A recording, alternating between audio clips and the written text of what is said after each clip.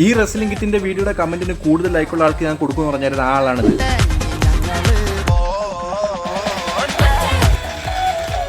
ഇത് electric toy ഡോഗാണ്.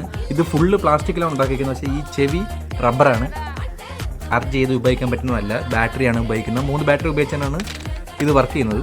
കണ്ണിൽ പല പല കളർ മാറി കത്തും.